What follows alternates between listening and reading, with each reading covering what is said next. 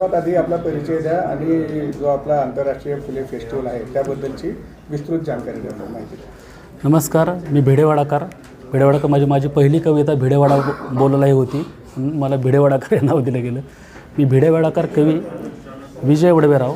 मी प्राथमिक शिक्षक आहे, पुणे जिल्हा परिषद पुणे येथे, आणि फुले शाहू आंबेडकर चळवळीचं कार्य करतो. या फेस्टिवलचा उद्देश असा आहे की देशातील मुलींची पहिली शाळा भिडेवाडा, या मुलींच्या पहिल्या शाळेचं इतिहास जतन करणे आणि त्याच्या प्रचार प्रसार करणे. आणि फुले फेस्टिवलचा उद्देश असा आहे की फुलेप्रेमी आणि संविधानदूत निर्माण करणे. फुलेप्रेमी आणि संविधानदूत निर्माण करणे. आणि महत्त्वाचं की या पुण्यामध्ये फुल्यांची एक जी चळवळ आहे तिला बळ देणं, की जी निद्रिस्त स्वरूपात बऱ्यापैकी आहे तिला परत उठाव देणं आणि जनमानसापर्यंत क्रांतीसूर्य महात्मा ज्योतिराव फुले आणि सावित्रीबाई फुले, फातिमाबाई शेख आणि भारतीय संविधानाचा कार्याचा प्रचार प्रसार करणं.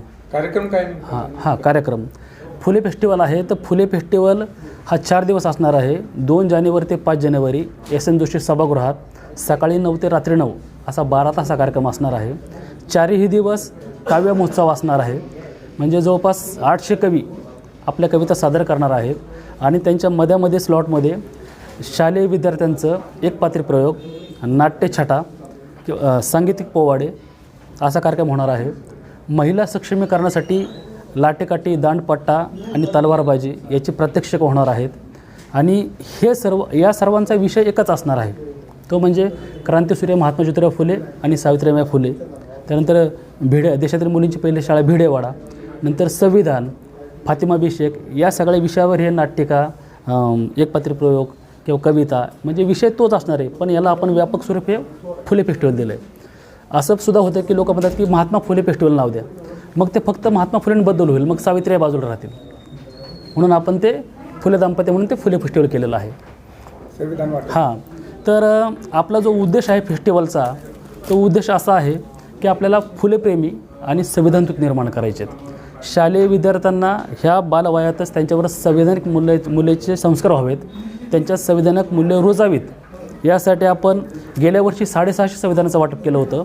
तर यावर्षी आपण जवळपास 1000 संविधान प्रतींचं वाटप करणार आहे. येणाऱ्या कवींना आणि रसिकांना हे संविधान मोफत दिलं जाणार आहे.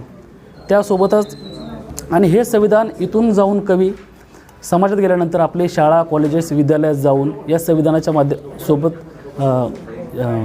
प्रचार प्रसार करणार आहेत. जनमानसात जे मध्यमवर्गीयात आणि या समाजाच्या शेवटच्या घटकापर्यंत हा संविधान पोचावं.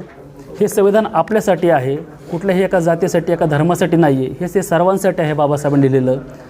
त्यात संविधानाबद्दल जे गैरसमज आहेत ते लोकांमधले दूर करण्यासाठी, नंतर कामगार, शेतकरी, कष्टकरी, वंचित, दुर्बल, शोषित अशा समाजाच्या तळागाळातल्या शेवटच्या घटकापर्यंत त्यांना संविधानाने दिलेले मूलभूत हक्क आणि कर्तव्य पोचवण्याचं, जनजागृती करण्याचं माध्यम ह्या संविधानाच्या माध्यमातून होणार आहे.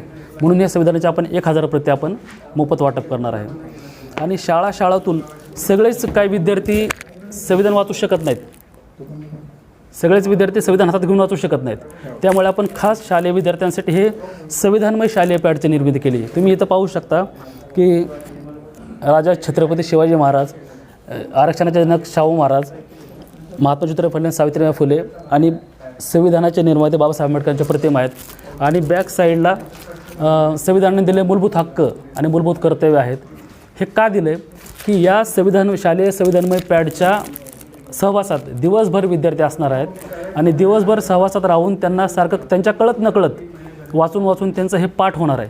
आणि यांना संविधानाची गोडी लागणार आहे. आणि ह्या संपूर्ण फुले फेस्टिवलचा उद्देशच असा आहे, क्रांतीसूर्य महात्मा ज्योतिराव फुले, सावित्रीबाई फुले, फातिमाबाई शेख, वस्ताद लहुजी साळवे यांचं कार्य लोकांपर्यंत पोहोचावं, लोकांना फुलेप्रेमी बनवावं, संविधानदूत बनवावं. संविधानदूत म्हणजे काय? मेसेंजर.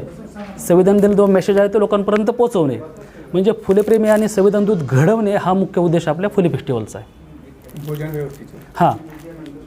आपल्याकडं फुले फेस्टिवलला जो वर्ग येतो, जे कवी येतात, ते महाराष्ट्राच्या कानाकोपऱ्यातून अगदी खेड्यापाड्यातून येतात. खानदेश व विदर्भ वगैरे, पण जवळपास महाराष्ट्रात तर खचाखच भरला आहे फेस्टिवलमध्ये.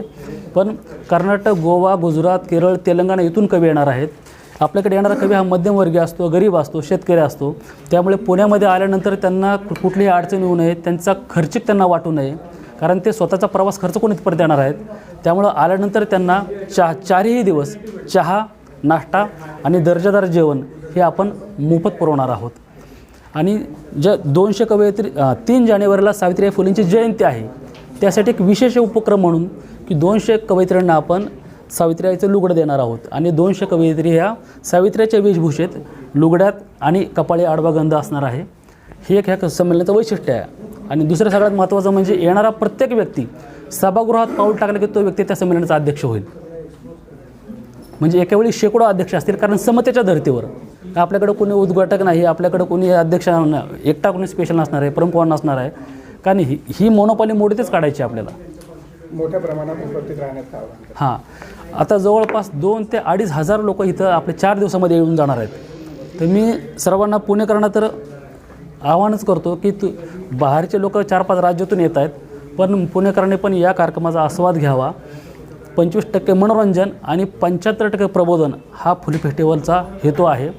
आणि ज्या पुण्यामध्ये क्रांतिसूर्य महात्मा ज्योतिराव फुले, फातिमाबाई शेख, सावित्रीबाई फुले यांनी एवढं उत्तुंग कार्यकर्तृत्व केलं, आज त्यांचीच नावं पुण्यातून दिसेनाशी झालेली आहेत कानाकोपऱ्यातून. तर पुन्हा फुलेंचं वैभव पुण्यात उभं करावं, हाच एक उद्देश या फेस्टिवलचा आहे. धन्यवाद.